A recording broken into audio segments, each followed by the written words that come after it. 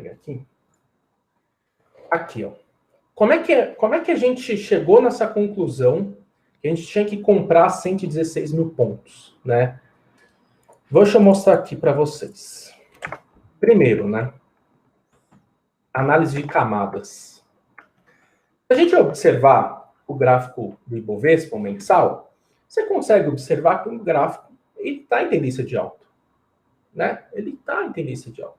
Você consegue observar aqui que ele está em tendência de alta. E aí, o que é os 116 mil pontos para o gráfico mensal, né?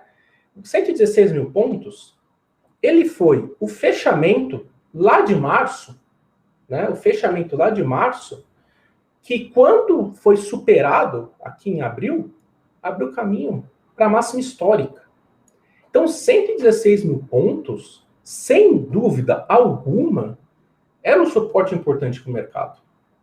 Né? Então, foi a partir desse movimento, né, no começo do ano, né, que finalzinho desse, né, março ali, né, que fez a virada. Então, sem dúvida nenhuma, 116 mil pontos era um ponto extremamente importante, porque foi o ponto que deu a compra para o mercado, né, que sacramentou a compra do mercado até o topo histórico. Né? Então, tem uma memória ali, tem um suporte importante e mais relevante disso, né?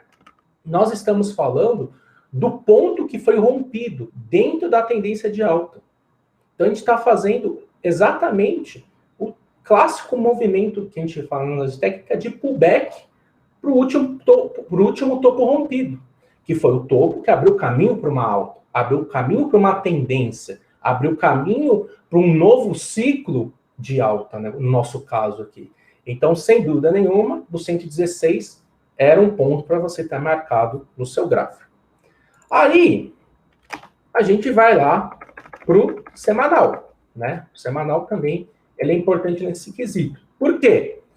Aqui, a gente consegue ver com um pouquinho mais, né, de zoom a importância desses 116 mil pontos, né? Que o mercado ele veio esse movimento, ele ficou travado um tempinho aqui e fez um movimento de alta. Então aqui, né, o mensal ele já mostra a importância do 116. O semanal ele só corrobora quanto importante foi esse movimento, que o mercado ficou travado, ó, ficou fevereiro, março, ficou aqui, ó, travado aqui até quando ele rompeu, ele foi. Então, 116, um ponto importante. O que é importante também desse semanal aqui? As médias, né, que eu falo, eu gosto de utilizar bastante média do semanal, né, como uma referência de curto prazo. Eu gosto de utilizar a média móvel de 21 e a média móvel de 72 como algo mais longo, tá? E a média móvel de 21, ela é uma referência importante quando a gente fala de tendência de curtíssimo prazo. Então, quando o mercado ele se sustenta na média móvel de 21, ou um ativo se sustenta na média móvel de 21, ele mostra o quê? Que ele ainda está em tendência de alta no curtíssimo prazo, ou existe uma grande chance daquela tendência de alta ser retomada, né? Ao mesmo tempo que quando essa referência é perdida, o mercado ele vai anular aquela tendência e vai entrar numa tendência de baixa de curtíssimo prazo. Então, ele é bastante importante para a gente identificar qual que é o momento do curtíssimo prazo. E, quando ele perdeu os 122 mil pontos, ele entrou, de fato, numa tendência de baixa de curtíssimo prazo. Né? Então, o que ele é importante nesse momento? Ele é importante para dizer o quê? Que esse 121, 122 será uma resistência bastante importante nos próximos dias. Por quê? Foi a partir desse movimento, a partir de que perdeu esse patamar, que o mercado acelerou a queda até os 116 mil pontos. Então, ele é importante também para a gente identificar essa situação do mercado nesse momento. E aí, o que eu falo?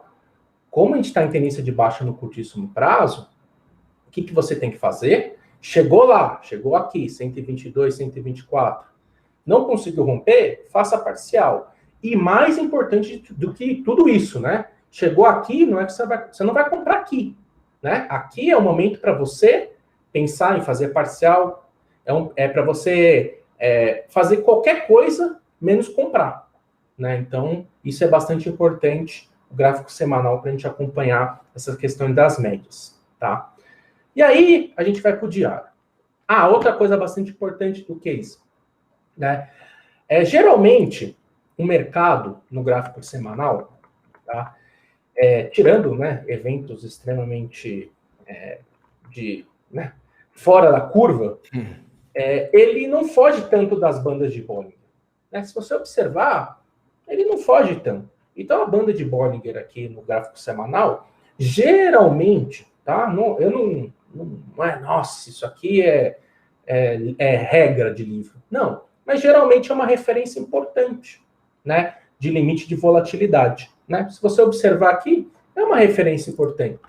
E aqui, né, se a gente ver a soma, né, do 116 com o mercado indo abaixo dessa banda inferior de Bollinger, também me chamou bastante atenção nesse movimento. Mas o que me chamou mais atenção foi o seguinte, tá? Então a gente tem o teste do suporte importante do mensal, um mercado que está em tendência de alta no curto prazo, mas em baixa no curtíssimo prazo, e aí vem o gatilho, né? Por que você comprou a 116 pontos, Rafael? Porque é o seguinte, quando o mercado ele chegou aqui, eu gosto de utilizar o IFR, né? O IFR é uma referência, é um indicador, um oscilador, na verdade, de momento, que identifica se o mercado ele está sobrecomprado, né? Ou seja, já ultrapassou, vamos dizer, o limite teórico de alta, né?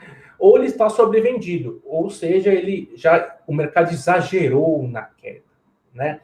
Quando a gente fala disso de ativos, né, os ativos, eles às vezes ganham mais volatilidade, ganham menos volatilidade, então, às vezes eles extrapolam muito essa questão de estar sobrecomprado ou sobrevendido. Mas um índice, que é uma cesta de ativos, que não tem tanta vol assim, geralmente ele costuma respeitar essas referências, né? E aqui, quando a gente faz um estudo, né? Rafa, só te interrompendo um pouco, qual que é o período que você usa do IFR? O 14. O 14. Beleza. Se a gente utilizar, né? Se a gente fazer aqui, pegar lá de longe, né? Aqui, ó. Vamos pegar aqui 2008, por exemplo. A gente consegue observar que o IFR de 14 diário, ele respeita muito bem essa faixa de 30, né? Aqui é uma... Como é que a gente pode falar? Uma regressão linear aqui, vai. Se você pegar aqui e fazer um cálculo de regressão linear, provavelmente vai dar nessa região dos 30 e poucos, 31, né? Então, essa região costuma ser um ponto onde pelo menos um repique deve acontecer, né? Pelo menos o mercado deve mostrar uma reação positiva. Da mesma forma, né, quando o mercado retorna para essa região aqui do 79, 78, aqui, ó. Aqui, se você colocar aqui, de fato o mercado encontra uma resistência maior. E aí, a gente tinha uma conjunção, né? Que é o seguinte, a gente chegou aqui, né?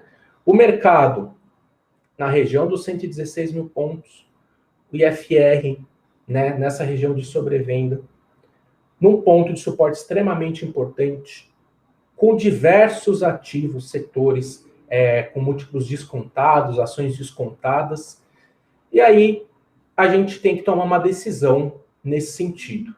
A gente não sabe se vai para cima, se vai para baixo, a gente não tem a mínima ideia disso. A única coisa que a gente sabe existe neste nível uma relação de risco-retorno interessante? Aí, a gente fez essas perguntas a gente fez lá no Infotrade e chegamos à conclusão que sim, nesses níveis de 116, existia uma relação de risco-retorno interessante. Então, a gente comprou bancos, compramos varejo, enfim, a gente aumentou nossa exposição a mercado nesses níveis, tá? E no final das contas, né, foi uma decisão acertada. que o mercado, de fato, ele chegou a dar um susto na gente. Um belíssimo de um susto. O calor.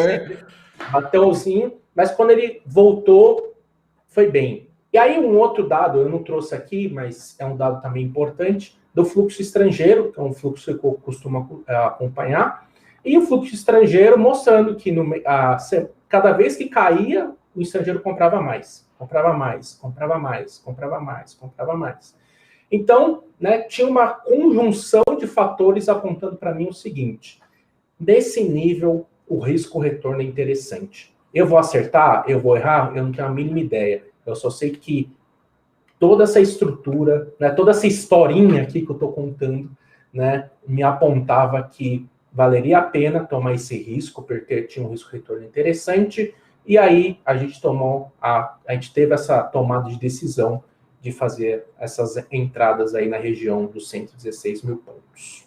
Ah, bom, eu achei que fosse de 116 mil pontos um call. Eu falei, caramba, ele deve ser do médio dele, né? Não, 116 mil pontos, acho que... É o ponto de entrada. É, o ponto de entrada. Acho que 116 mil pontos foi o da mínima. Então, eu falei, ele deve estar contando do médio dele. Não. Aqui quando a gente chegou nessa região dos 116 mil pontos, a gente comprou as ações e aumentou a participação na carteira. Né? Tá. E aí que a gente fala, aqui nesse 121, 123, né, tem as médias aqui do diário, onde a gente eventualmente vai fazer parcial de algumas coisas, enfim, até o mercado mostrar para a gente que no curtíssimo prazo ele está disposto a perder essa força de venda que está presente, e por isso que tem que ter esse cuidado, né, de fazer parcial e não comprar por aqui, né? Nada impede do mercado fazer isso aqui, nada impede, porque está em tendência de baixo no curtíssimo prazo, apesar de eu não acreditar nisso, tá? E assim a gente vai manejando os investimentos. Então, né, até o título do curso que eu fiz, né, não compre no topo, né, não compre no topo e compre no fundo, né? Nessa ideia de, eu não sei se o mercado vai fazer topo, vai fazer fundo, eu não sei. Eu sei analisar risco-retorno. E aí a gente constrói todo esse cenário do top-down, do macro para o micro, para chegar nessa tomada de decisão, né? Aqui só olhando análise técnica, né? E tem a parte de fundamento, tem a parte de juros, que aí também, se a gente trocar mais, aí vai ficar uma coisa gigantesca. Acho que o importante é a gente focar aqui a parte gráfica, que acho que é de comum para todo mundo e é o público-alvo aí do Gamecast.